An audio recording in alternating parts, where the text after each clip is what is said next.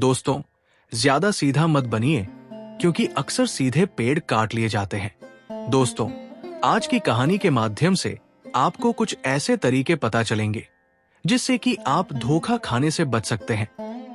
आप अपने आप को ज्यादा से ज्यादा सुरक्षित रख सकते हैं। भावनात्मक रूप से कमजोर आदमी का लोग हमेशा फायदा उठाते रहते हैं। आपने देखा होगा या महसूस किया होगा कि हमारे आसपास जो भी व्यक्ति नर्म दिल का होता है, यानी भावनात्मक रूप से करुणावान होता है, वो अपनी करुणा से दूसरों की मदद तो कर देता है, लेकिन बदले में उसे हमेशा धोखा ही मिलता है। तो क्या एक इंसान को भावनात्मक नहीं होना चाहिए? क्या उसे दूसरों पर भरोसा नहीं करना चाहिए? दूसरों की सहायता नहीं करनी चाहिए? क्या करुणावान और संवेदनशील होना गुनाह है, कोई गलती है? पाया तो ये जाता है कि संवेदनशील व्यक्ति दिल का अच्छा होता है, दूसरों की मदद करता है, दूसरों का ख्याल रखता है, दूसरों से प्रेम करता है। प्यार भी तो एक संवेदना ही है, वो भी एक भावना का रूप है। तो क्या प्रेम करना भी गलत होता है? ये तो सभी को पता होगा कि प्रेम तो आध्यात्मिक साधना होता है।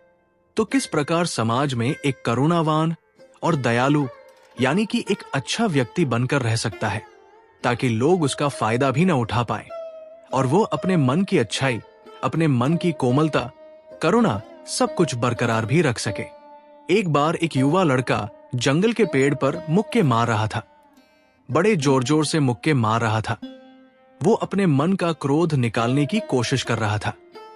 शायद किसी ने उसे धोखा दिया था या फिर उसके साथ बहुत बुरा हुआ था, जिससे वो बहुत परेशान था। उसे कहीं भी शांति नहीं मिल रही थी। वो लगातार उस पेड़ पर मुक्का मार रहा था, जिससे उसके उंगलियां लहूलुहान हो गए थे। उसी जंगल में एक शीतल जल का झरना था।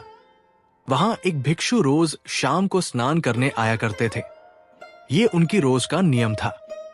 आज जब वो भिक्षु इस रास्ते से स्नान करने के लिए उस जंगल में प्रवेश किया तो उन्होंने उस लड़के की हालत देखी। वो जोर जोर से चीख रहा था, चिल्ला रहा था और लगातार मुक्के मारे जा रहा था। उस लड़के के पास कोई मौजूद नहीं था। उस भिक्षु को उस बच्चे की चिंता हो रही थी। उन्होंने सोचा कि कहीं मैं इसे ऐसे ही छोड़ दूं और ये आत्महत्या कर ले तो। ऐसे विचार आने के बाद भी उन्होंने कुछ नहीं बोला और लगातार उस लड़के की तरफ देख रहे थे। भिक्षु चुपचाप खड़ा था। उसने उस युवक से कुछ नहीं बोला, कुछ नहीं कहा, बस उसे लगातार देखे जा रहा था। कुछ देर तो उस युवक ने नजरअंदाज किया, लेकिन कुछ देर के बाद उसे अजीब सा लगने लगा। उसने सोचा, ना तो ये मुझे रोक रहा है और ना ही कुछ कह रहा है, ये तो बस मुझे देखे जा रहा है। इसका क्या मतलब है? बड़ा अजीब आदमी है। ऐसा ही विचार उस लड़के के मन में उठ रहे थे। जब कुछ देर बाद भी उस भिक्षु ने कुछ नहीं बोला, तो लड़के ने अचानक से उससे पूछा कि महाशय, आप अपने रास्ते पर क्यों नहीं चले जाते हैं? इसका क्या मतलब है? आप खड़े खड़े मुझे क्यों देख रहे हैं? भिक्षु ने बड़े शांत भाव से कहा कि मैं तुम्हें रोक नहीं रहा हूं, कुछ कह नहीं रहा हूं, तो मुझसे तुम्हें क्या परेशानी है? मेरी ही तरह ये पेड़ पौधे, ये पक्षी, ये सब भी तो तुम्हें देख ही रहे हैं। जब इनसे तुम्हें कोई परेशानी नहीं है, तो मुझसे तुम्हें क्यों परेशानी है?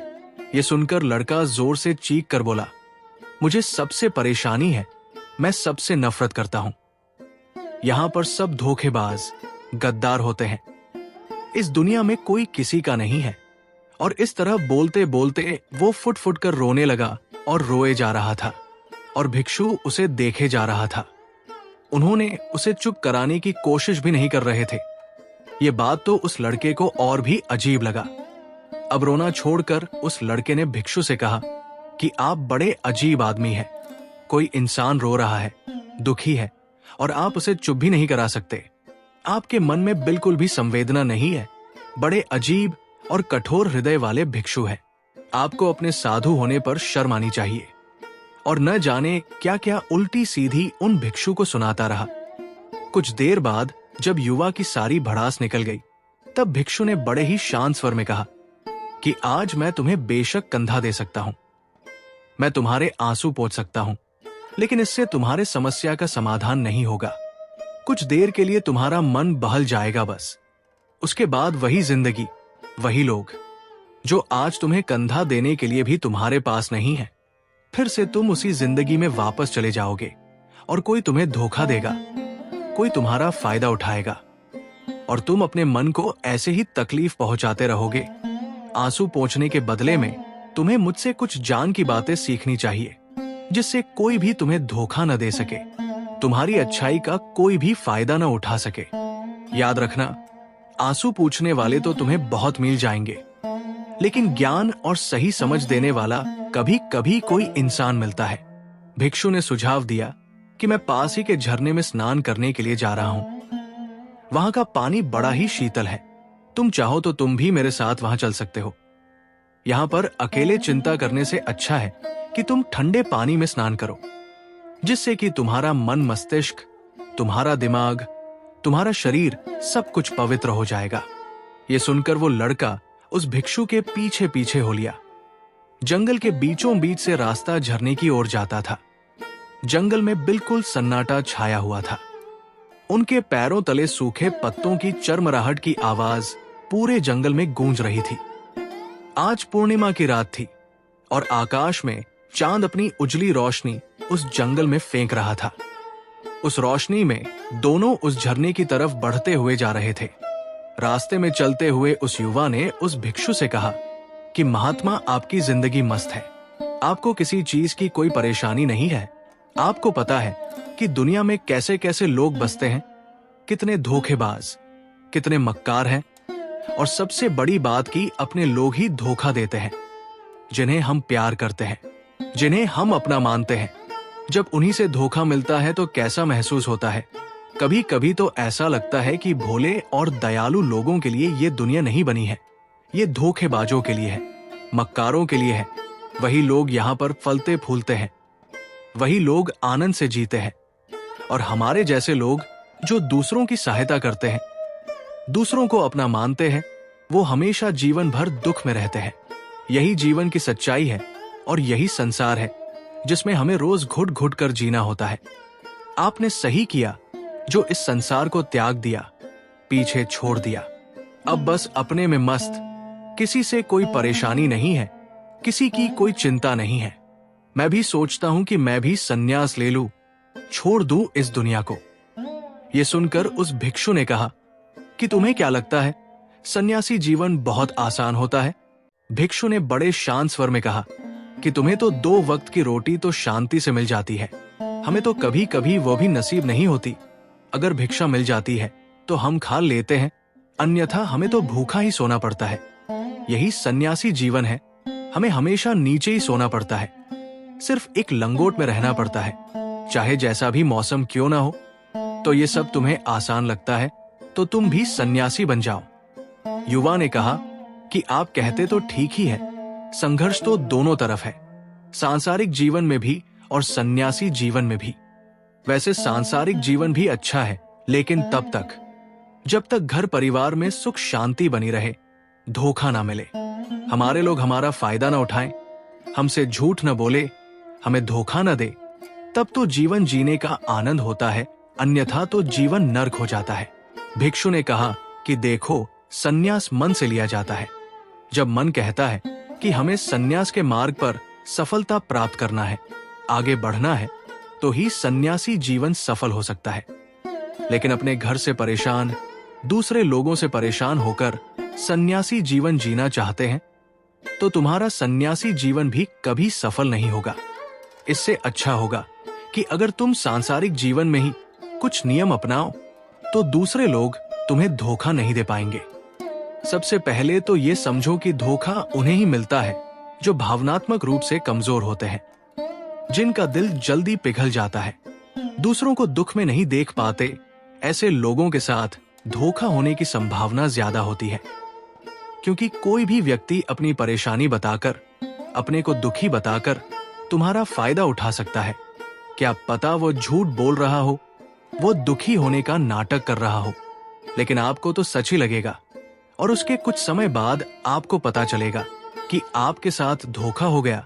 उसके बाद आपका मन अंदर से टूट जाता है। इसलिए सबसे पहली बात याद रखें कि किसी भी व्यक्ति को यह पता नहीं चलने दो कि तुम भावनात्मक रूप से कमजोर हो अंदर से तुम्हारा दिल नर्म है।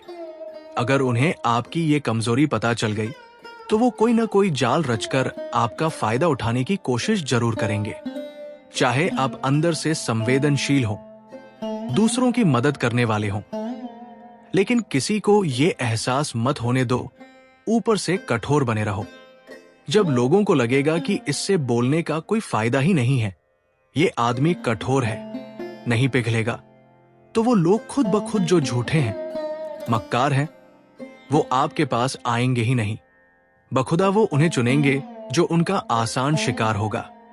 दूसरी बात समझने की ये होती है कि हम बहुत जल्दी दूसरों पर विश्वास कर लेते हैं और हमारी जल्दी विश्वास करने की आदत ही हमें हानि पहुंचाती है।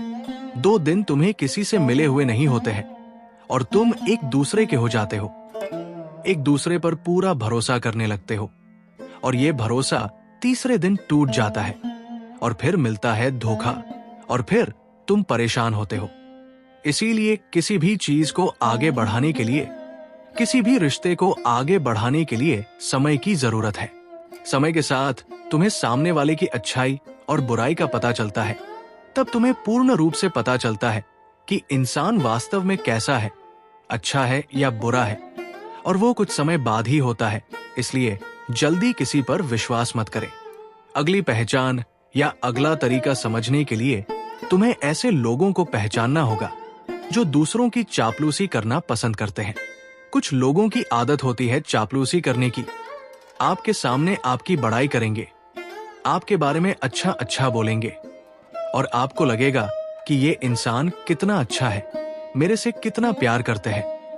लेकिन हकीकत में उनकी ये चापलूसी उनकी एक चाल होती है ताकि वो आपका दिल जीत सके। और उनको चापलूसी करने का मौका तभी मिलता है जब आप दिखावा करते हैं। जब आप उनकी चापलूसी से प्रभावित ही नहीं होंगे तो कुछ समय बाद वो चापलूसी करना बंद कर देंगे। इसलिए किसी के सामने दिखावा मत करो, वरना आप तो आकर्षण का केंद्र बन जाते हैं।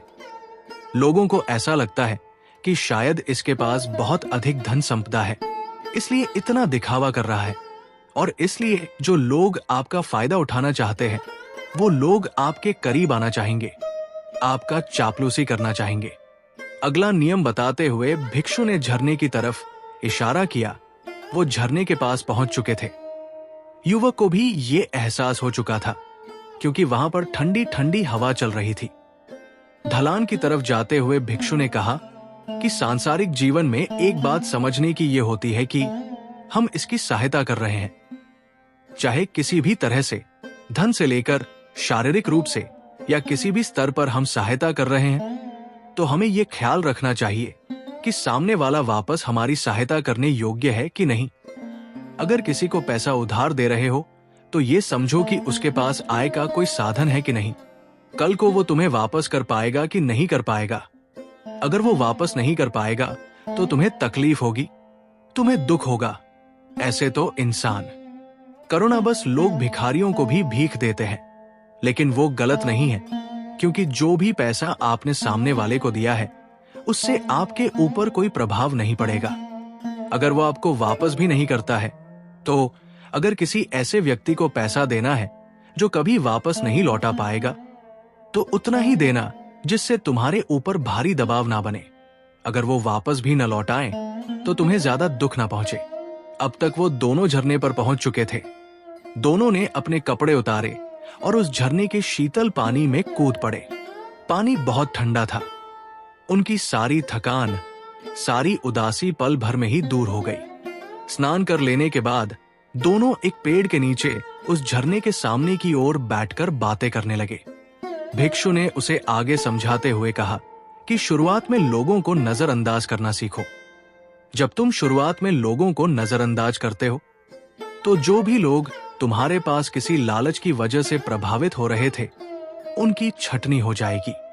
जब तुम उनको नजरअंदाज करोगे तो 1-2 बार लोग तुम्हारे पास आने की कोशिश करेंगे, उसके बाद वो तुमसे दूरियां बना लेंगे। और जो लोग तुम्हारी इंसानियत, तुम्हारी अच्छाइयां देखकर तुम्हारे पास आएगा, वो तुम्हारे नजरअंदाज करने के बावजूद भी तुम्हारे करीब ही बना रहेगा। और यही तो एक साफ इंसान की पहचान होती है, जो हमारे अपने होते हैं। हम उनसे लड़ भी लेते हैं, झगड़ भी लेते हैं, लेकिन फिर भी वो हमारी बातों का बुरा नहीं मानते हैं। चाहे वो थोड़े समय के लिए हमसे नाराज रहेंगे, लेकिन कुछ समय बाद हम एक हो जाते हैं। और यही तो परिवार का मतलब होता है, यही तो अपनों का मतलब होता है। इसीलिए शुरुआत में अनजान लोगों को नजरअंदाज करना सीखो, इग्नोर करना सीखो, ताकि धोखेबाज और मक्कार लोग तुम्हारे करीब ही ना आ पाए। अपने इस वार्तालाप को खत्म करते हुए भिक्षु ने अपनी अंतिम बात बताते हुए कहा कि ये अंतिम सीख सबसे ज्यादा महत्वपूर्ण है। सब कुछ होने के बाद भी तुम्हें धोखे मिल सकते हैं, लेकिन अगर तुम अपनी आंख, कान और अपने दिमाग को खोल कर रखते हो, अगर तुम होश में रहोगे, ध्यान करोगे, तो तुम्हें इंसान की आंखों को देखते ही समझ में आ जाएगा कि उसे तुमसे क्या चाहिए। तुम उसकी इच्छा, उसका स्वभाव उसकी आंखों में ही पढ़ सकते हो, लोगों की आंखों में, उनकी शैली में, उनकी वाणी में, उनके स्वभाव में, उनका सब कुछ दिखाई देता है। बस हम ही अपनी आंखें बंद करके रखते हैं। अन्य लोगों से जानो, उसके रिश्तेदारों से जानो, उसके परिवार वालों से जानो कि वो इंसान कैसा है, दूसरों के साथ उसका व्यवहार कैसा है, उसकी पड़ताल करो। जब किसी पर विश्वास करो तो ऐसे ही मत कर लेना, आप अपनी पूरी संतुष्टि करना।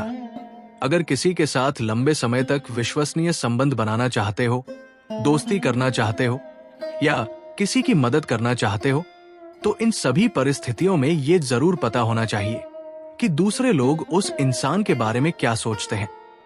इसके बाद तुम जीवन में कभी भी धोखा नहीं खाओगे और कभी भी धोखा की वजह से पछताना नहीं पड़ेगा। इसी तरह से बातें करते हुए भिक्षु और वो लड़का जंगल से बाहर आ गए, अपने अपने घर को चले गए। दोस्तों, कभी भी किसी पर भरोसा करने से पहले उसके बारे में अच्छे से समझो, जानो, समय दो, फिर भरोसा करो। दोस्तों, हमें उम्मीद है कि आपको ये वीडियो पसंद आई होगी। इसी तरह के मोटिवेशनल और इंस्पायरिंग वीडियो देखने के लिए कृपया आप मेरे चैनल को सब्सक्राइब कर लें। चलिए मिलते हैं इसी तरह के नए मोटिवेशनल वीडियो के साथ। वीडियो देखने के लिए आपका बहुत बहुत धन्यवाद।